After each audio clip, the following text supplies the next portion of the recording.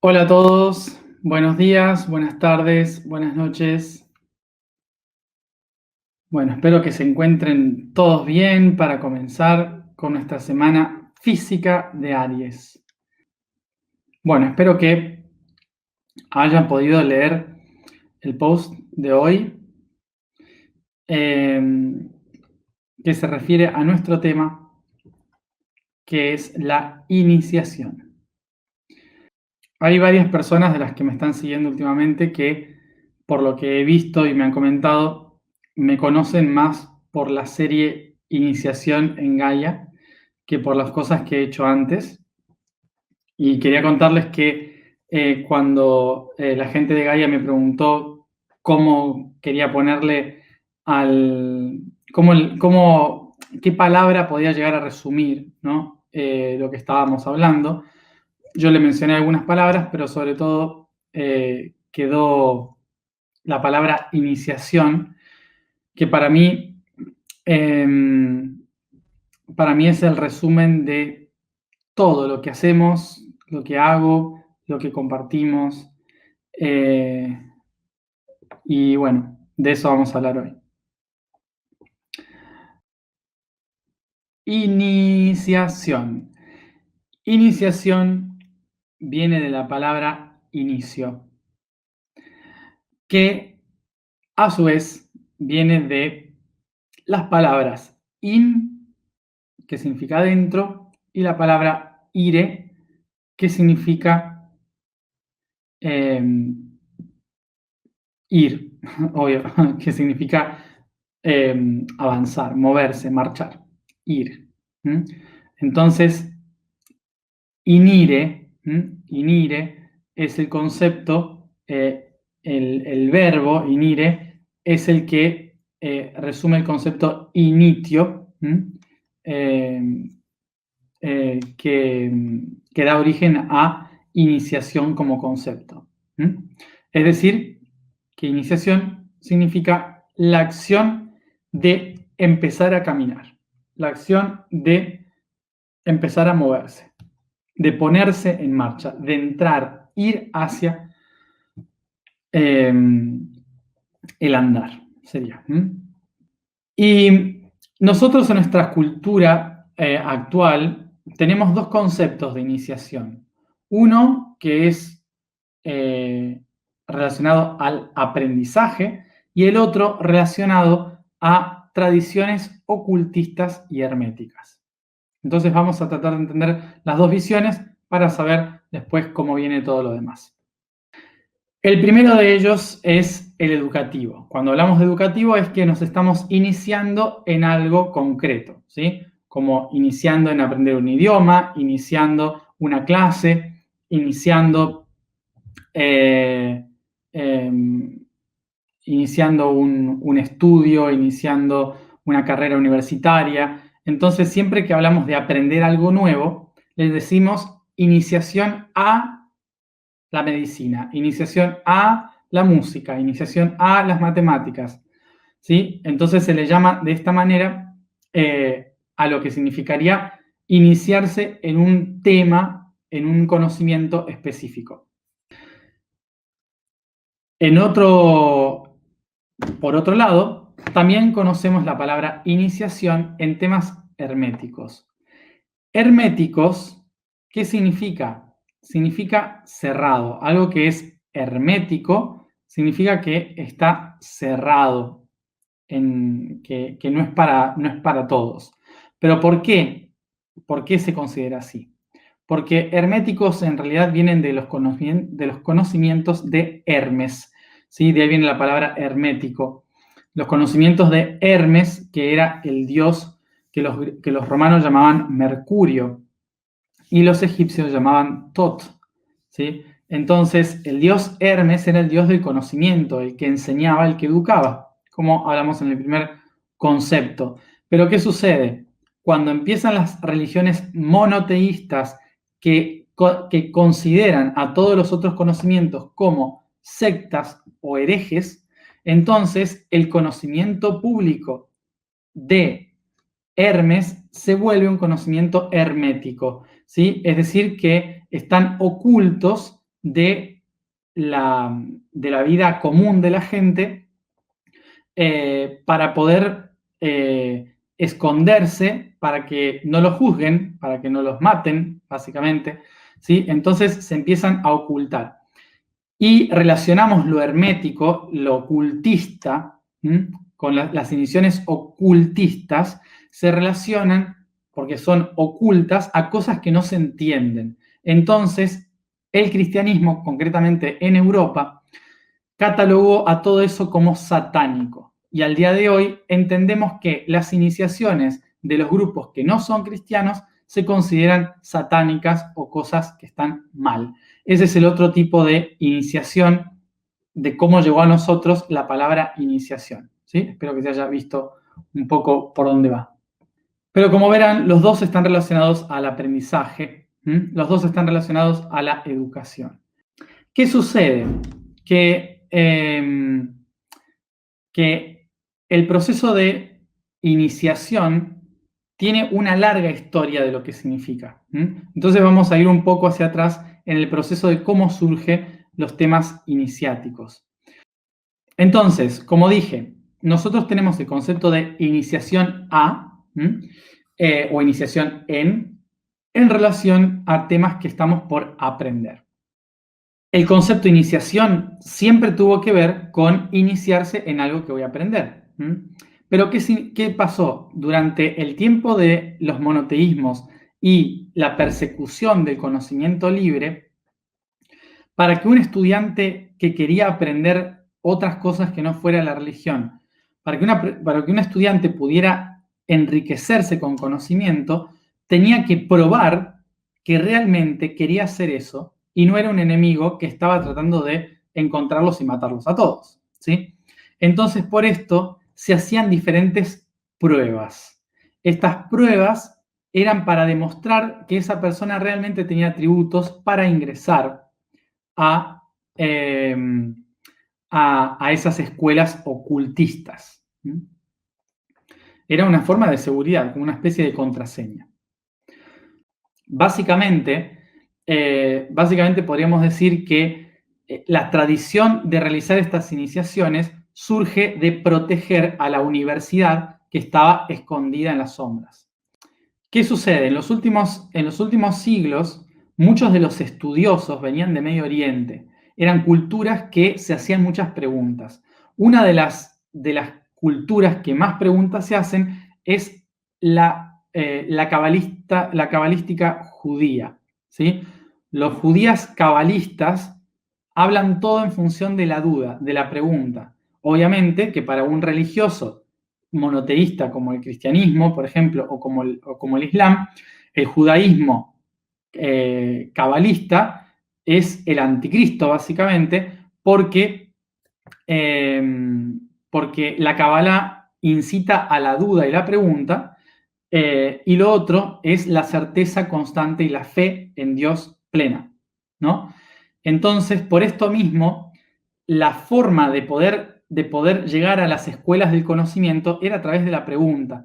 Y por eso los cabalistas eran los que diseñaron este tipo de caminos con pruebas para poder encontrar dónde estaba la universidad, ¿no? Por esto mismo toda la gente los empezó a rechazar, ¿sí? Y les empezaron a llamar, sobre todo en Inglaterra, el cabal, ¿sí? Que hoy en día es un concepto totalmente erróneo a lo que se le llama el cabal, ¿sí? Pero viene de ese lugar.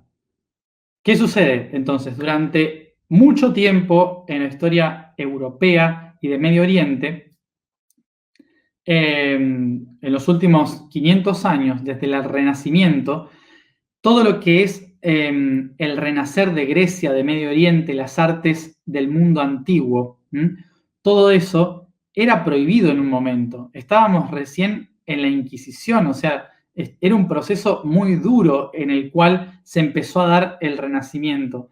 Entonces había persecución a aquellos que pensaban diferentes u honraban cosas que estaban mal, ¿sí? Como el Renacimiento honraba, por ejemplo, el arte de los desnudos de Grecia, y obviamente en la Inquisición estaba prohibido mostrar las vergüenzas. Por esto mismo durante el Renacimiento, todos aquellos estudiosos de las filosofías y las artes antiguas tuvieron que ocultarse. De ahí surgen tantas cosas relacionadas al ocultismo y relacionado el ocultismo con el satanismo. Esto pasó en los últimos 300 años con el iluminismo, ¿sí? A finales del 1700 empieza el iluminismo y empieza la cultura Illuminati a través de la ciencia. Esto ya lo hemos hablado. Entonces también tuvieron que esconderse durante mucho tiempo hasta que empezaron las revoluciones de estados laicos. Mucho antes de esto, otros de los que nos suenan seguramente las iniciaciones son los masones, obviamente, pero también estaban los rosacruces, también estaban los de Malta, también estaban los cátaros mucho antes. Entonces, durante mucho tiempo hubo muchísimas tradiciones paralelas al cristianismo que incluso dentro del cristianismo mantenían las iniciaciones del mundo antiguo. Los templarios también, ¿sí? Todo esto.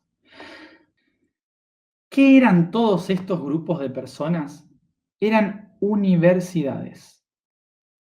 Hoy en día tenemos universidades públicas, tenemos universidades privadas, pero en la época de la Inquisición y antes, estaban prohibidas las universidades de libre pensamiento.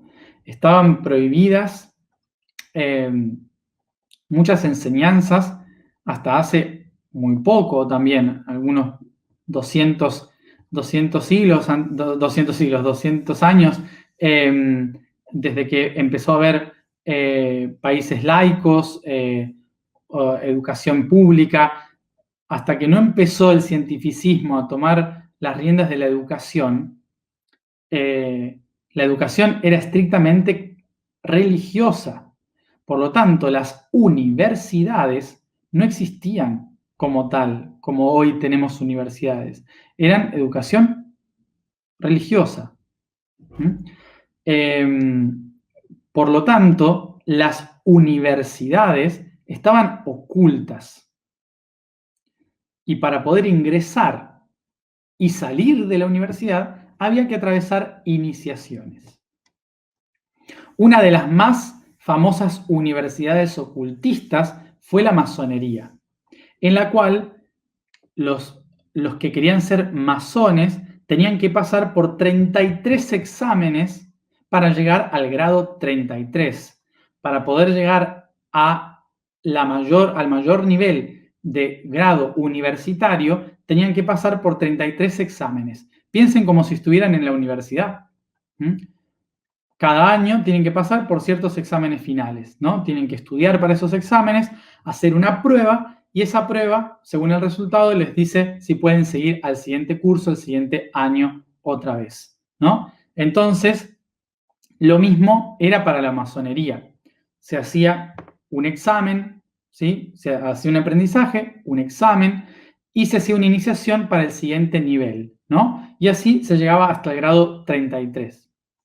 Después todo eso se utilizó como política, como nivel económico, social y demás. Pero en realidad todo empezó como universidades, en los cuales había que estudiar y sacarse las materias hasta llegar al grado 33, básicamente.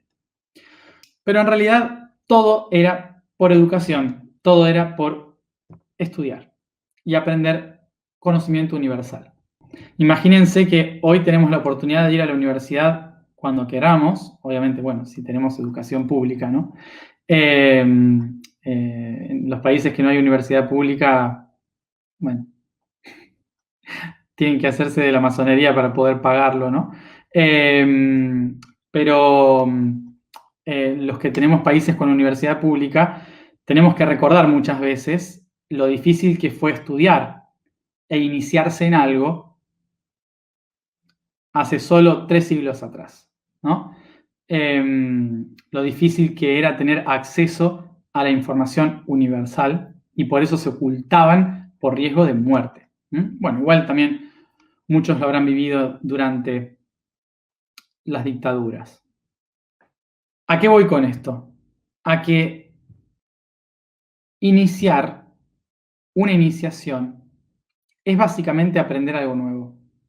Es simplemente eso. Luego, culturalmente, la iniciación se decora, ¿m? La iniciación se decora de otra manera. Se decora culturalmente, religiosamente, dependiendo de las tradiciones que tenemos del pasado. Y por esto, muchas veces las iniciaciones suelen ser extrañas. Cuando hablamos de iniciaciones de ciertas culturas, de ciertas tradiciones, suelen ser como raras, ¿no?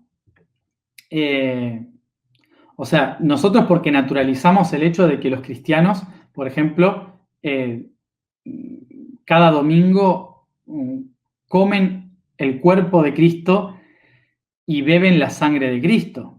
Para nosotros se nos naturalizó por cultura esto. Pero si viene alguien de una cultura que nunca escuchó lo que es el cristianismo, y de repente alguien le dice, no, todos los domingos comemos el cuerpo de nuestro Salvador y tomamos su sangre, o sea, ¿qué es esto? ¿No? O sea, están todos locos, son literalmente, no, a veces no nos ponemos a pensar esas cosas. Entonces, ¿qué hacían? Los masones hacían lo mismo, pero con un cráneo, ¿no? Mientras que los cristianos lo hacen con una copa, ¿sí? Los masones lo hacían con un cráneo. ¿Por qué? Porque decían que de esa manera se toma el conocimiento de la persona, de la sabiduría, la información del cerebro, ¿no? Entonces se bebía en un cráneo.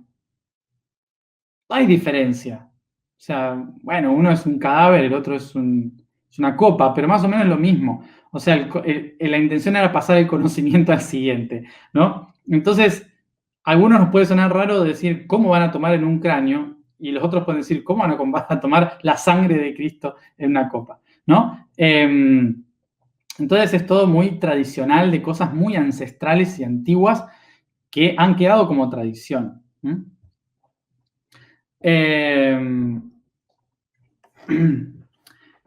Pero que en realidad es eso, es cultura, ¿sí? Esto es como, nada, como ir a otro país y juzgar lo que están haciendo simplemente porque yo no nací ahí. Y en realidad es otra cultura, simplemente es eso. Entonces, dicho esto, podemos entender que todas estas tradiciones iniciáticas provienen de culturas mucho más ancestrales en las que se usaba la sangre, se usaban los cráneos, se usaban las vestimentas, las espadas, las banderas, los escudos y todas esas cosas que hoy algunos por tradición siguen usando, pero que en la antigüedad era lo normal de cada día, ¿sí? Por eso se usaba, porque eran las herramientas de ese momento. Hoy venir con una espada a hacer te declaro ser y no sé qué, es un poco absurdo, pero es una tradición de cosas que antes eran normal porque era lo único que había, ¿no?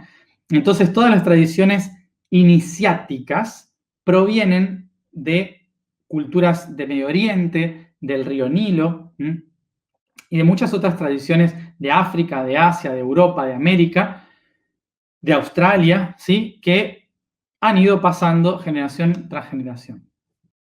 ¿De dónde vienen entonces estos procesos? De las civilizaciones que buscaban conocer a Dios a través del conocimiento. Se decía que el conocimiento sobre el cuerpo, el conocimiento sobre el alma y el conocimiento sobre el espíritu nos hacía acercarnos a Dios. No era la fe la que nos acercaba a Dios, era conocer su creación lo que nos acercaba a entender la mente del Creador. Me parece más lógico, ¿no? Entonces, por esto se organizaban escuelas en las cuales las personas tenían que ponerse a prueba, hacer exámenes de su conocimiento físico, emocional, mental, para ir pasando etapas que le acercasen a conocer la mente del Creador. ¿Y de dónde viene esto? ¿De dónde vienen estos caminos iniciáticos? Vienen de los primeros nómadas. Los primeros nómadas que se lanzaban a buscar algo bueno, algo divino en el horizonte, alimento, lugar, un lugar nuevo para vivir, para seguir a los animales. Entonces, durante las migraciones, el cambio de clima, las personas se lanzaban y realizaban ese camino buscando algo nuevo en el horizonte, siguiendo normalmente el agua, los ríos, los lagos. Entonces trazaban esos caminos iniciáticos a través de pozos de agua, de ríos, porque los animales buscaban el agua. Entonces los humanos también seguíamos el agua, seguíamos los animales. Con la agricultura nos asentamos al lado de los ríos y mantuvimos esta tradición de que nosotros crecimos a través de esos caminos, crecimos en esos serpenteantes recorridos de los ríos. Debido a esto, cada tanto, cada año, se enviaba a los nuevos jóvenes, se enviaban a hacer un camino así para crecer internamente, para saber quiénes eran, ¿sí? Igual que habían hecho todos los ancestros cuando se lanzaron a seguir los animales y demás. Entonces, fíjense que los caminos iniciáticos tienen una lógica, que era aprender a sobrevivir. No era ni siquiera algo espiritual, era de adaptación al medio. Y en esa adaptación al medio iba creciendo internamente, conociendo el mundo, entendiendo el mundo, aprendiendo del cielo, de la tierra, de la naturaleza, de uno mismo, ¿sí? Por eso se empiezan a desarrollar los caminos iniciáticos en las tribus antiguas, en los aborígenes y demás, ¿sí? Entonces, de ahí vienen las primeras búsquedas de conocimientos de iniciación. Por lo tanto, todo esto que acabo de explicar, para entender básicamente esto, que todos los días son una iniciación. Cada día que me levanto, inicio algo. Cada día, cada cosa nueva que aprendo, por mínima que sea, es una iniciación en algo nuevo. Cada vez que yo pongo la intención de aprender algo, de buscar algo, de hacer algo diferente, estoy iniciando. Y la importancia de esa iniciación es que no es reactiva, sino activa. ¿Qué significa esto? Que no estoy haciendo las cosas porque algo me empujó para hacerlo, sino que es una voluntad propia de aprender y entender, ¿sí? Por eso una iniciación es tan importante, porque nace de la voluntad propia.